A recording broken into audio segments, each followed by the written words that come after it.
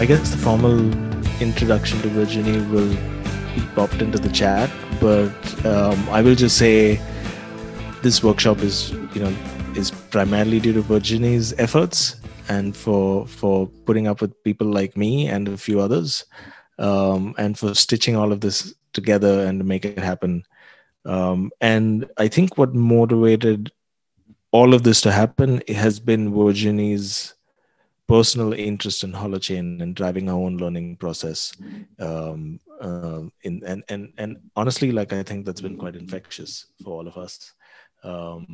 And yeah, as you can see from her bio, she's a co-author of a book and hosts a podcast, among other things like driving digital marketing strategies and sales funnel strategies. But yeah, with that, I will hand it over to Virginie. Thank you. Thank you very much, Sid. Yes, my background is not, I'm a technologist from a marketing standpoint. I've been in the tech world my entire career, and I'm coming to this with a curiosity, not just a rejection of what is. I do not want to continue to be part of this economy and this world that is killing our own species and the planet. And then as I reject this world, which I'm still part of, I'm looking for what is the next world? How can I be in relationship with others?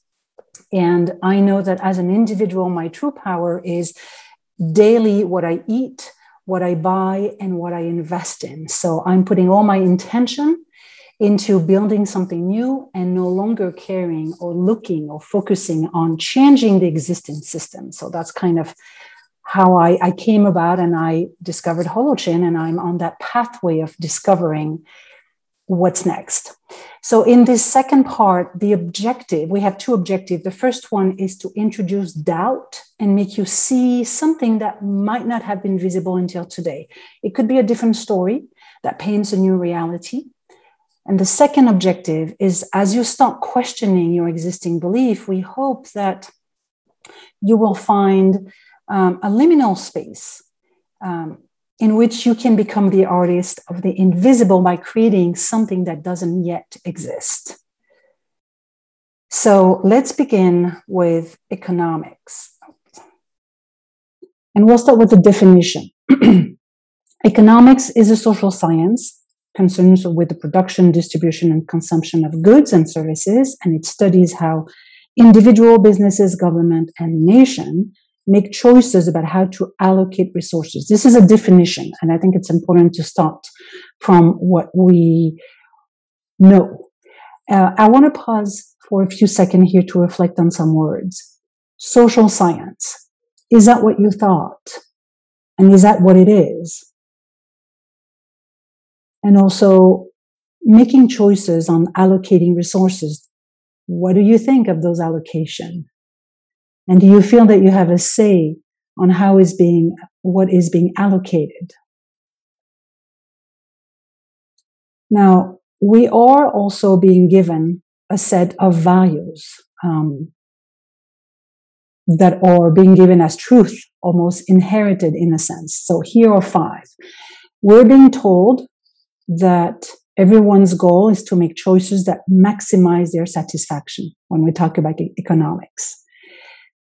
We assume that everyone makes decisions by comparing the costs and benefits of every choices.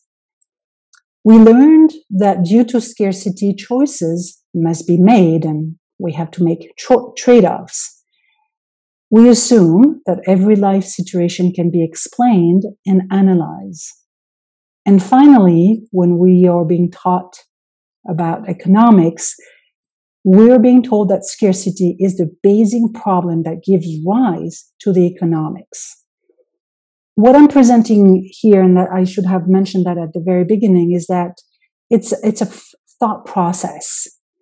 As a serial entrepreneur, as a business owner, as a CMO, that's how I came about.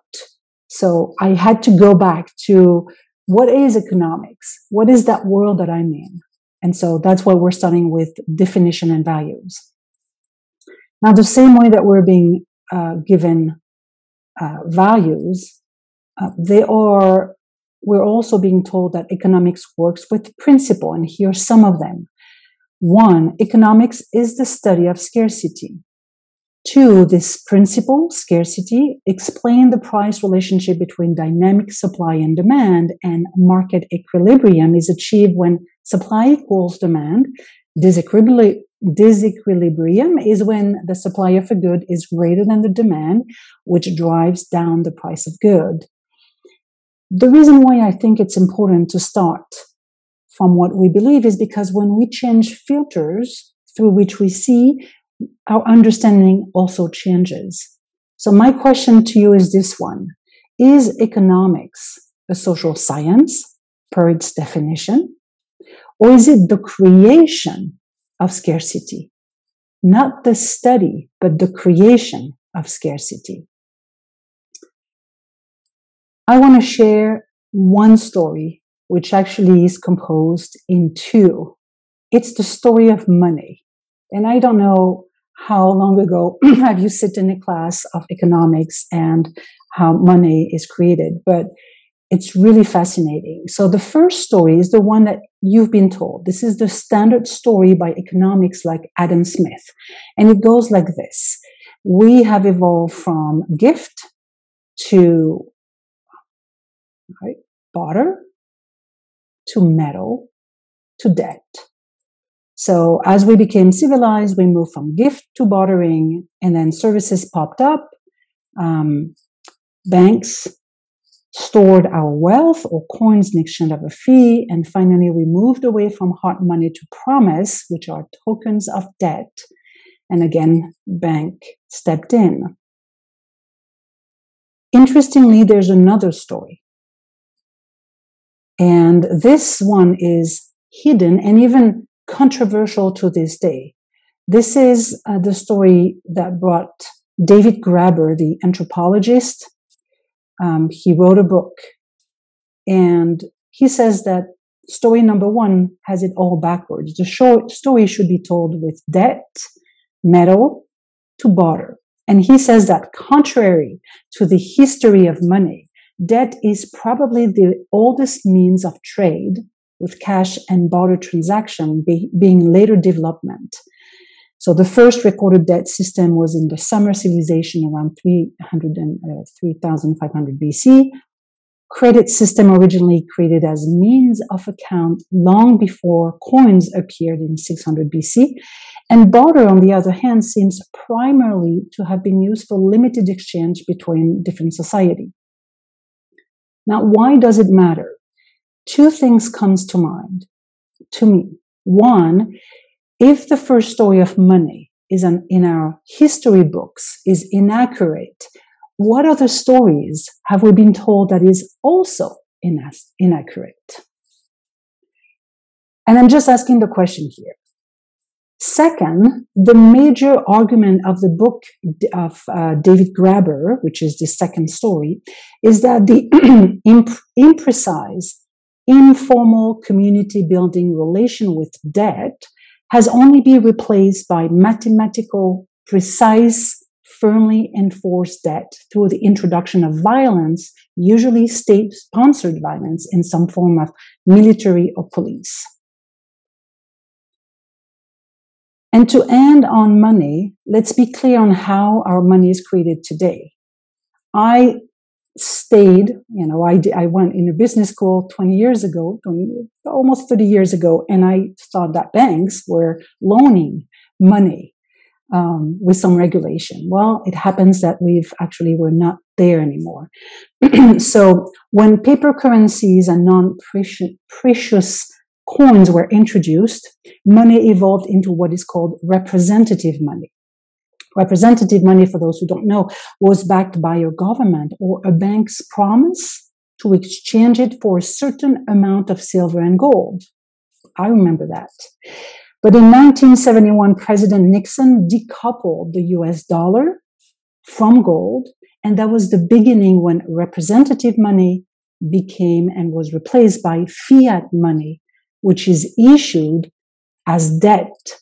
Fiat comes from the Latin word let it be done. So money is now given its value by government fiat or decree.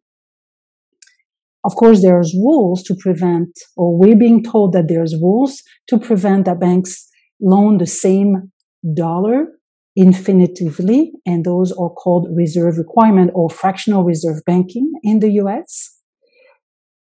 But today, money is loaned into existence. But it's not the way you imagine. Banks are not intermediaries.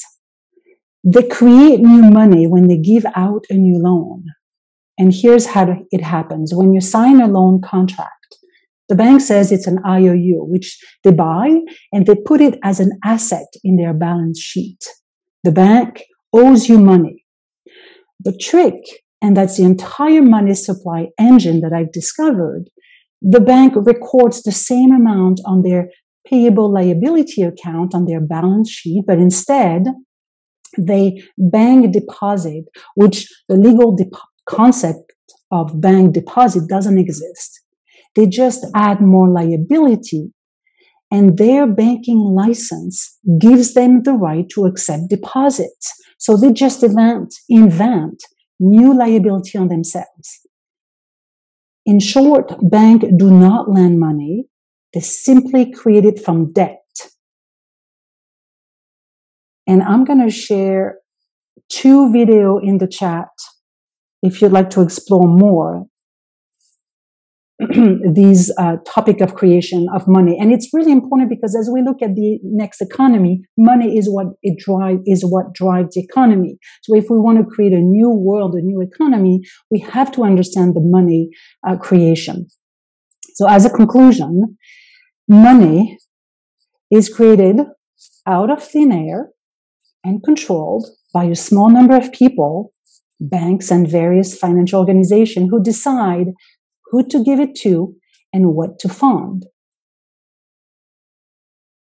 So when I arrived at this understanding of money, I had to back up. I must ask myself, hold on, how did we even arrive here?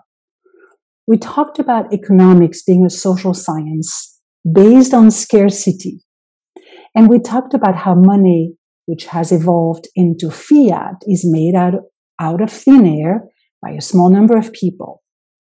So let's back up. Let's look at the time scale, 100,000 years of human history. And by the way, this presentation is available online. It was done by Arthur Brooke, the founder of Holochain, and it's in 2015. So 100,000 years ago, we experienced natural economies. 10,000 years ago, we saw the agriculture economies emerging. 500 years ago, the industrial economy. And finally, 50 years ago, only the information economy. Now, if we look at those natural economies through the lens of economics, it really becomes interesting. 100,000 years ago, it started with a natural economy. The land was the primary element, and that gave rise to economies of nature. Family and tribes, hunters and gatherers were following seasonal rhythm of food. At least that's the story we're being told, right? But we'll just assume that's the real story. Then 10,000 years ago, the agriculture economy introduced labor. Now, this led to the monarchy, federalism empire, which resulted in domestication of people and animals for production of food. These resources enabled the increase of population and the specialization that was led by the emerging ruling class and a strong hierarchy. 500 years ago, which we've all studied during school, we saw the birth of the industrial economy with capital. That was the primary element that created capitalism, communism, and socialism. Now, with progress in science and manufacturing coupled with capital, we saw an explosion of population growth, technology, and resource consumption. Now, 50 years ago, we can all easily remember the beginning of the information economy that started with the industrial age, command and control organization, and centrally controlled currencies. So that's where I've arrived looking back. And today, we're at the emergence of intelligent organization. That's a game changer. When we look at the economic models created under, today's economy is not a recession. It's an analog era. It's very liberating to realize that we're not in a recession. To me, that gives me hope. When we look at the economic models created under the ideology of capitalism, socialism, or communism, these models have three things in common. One, they focus on scarce resources. Two, currency is the medium of exchange. And three, wealth is accumulation. But the information age, which is giving birth to peer networks, this ability that we have to be all together, and this capacity and desire to be in an open knowledge, that is creating abundance. If the information age doesn't revolve around scarcity, we need new models. And that's what I've been looking for. We need to move away from thinking about economics, which is everything that we hear. If you are on Twitter, Medium, any kind of media and articles, it's all about economics. We have to move away from this to thinking of wealth and redefining wealth. And actually, that's when I started connecting Holochain and this idea that if we combine the notion of wealth with the notion of trust, the idea that a community holds the debt of each individual, then mutual credit starts to make sense. This becomes an opportunity with a system like Holochain that validates trust and promises. And actually, some people already starting to create new ways to understand wealth. Forgot to say, accumulation is not the same, and we'll talk about this in just a second. So some people are starting to create new ways to understand wealth with quality of life measure, triple bottom line accounting, gross national happiness. So I want to leave you with this. Holochain is challenging the idea of scarcity. And by doing so, it's disrupting the fundamental principle of our economy. Our current definition of economics is stripping away and doesn't leave any room for the idea for the importance of a relationship, the intrinsic value of people, nature, and relationship, or the spiritual value of a land. So let's pause for just a second and see what have we covered so far, because we've started with Holochain, ledger, blockchain, reputation currencies, and then we talked about economics, money, trust. And here's how I'm trying to make sense. I'm really a sense maker, trying to make sense for my own life. I'm acknowledging, and you might agree with me or not, so please use the chat if you don't, but here's what I'm acknowledging. We're today in a world crisis in which the only worldview is scarcity.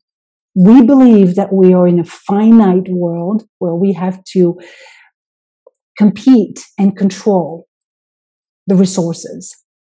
In this worldview, accumulation is wealth. So we have saving and money and multiple and stuff.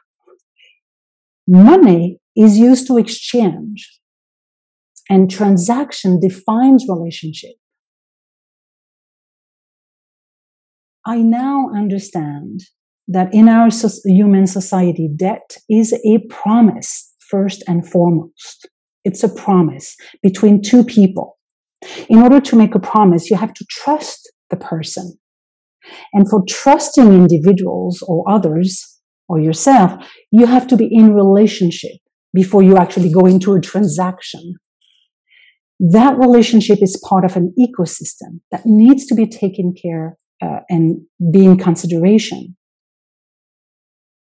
So I've arrived where I recognize and envision that this information age is not the machine taking over our jobs and our life, but it's a world where peers, networks, and open knowledge are creating abundance. And for that, we need new models and a variety of currencies.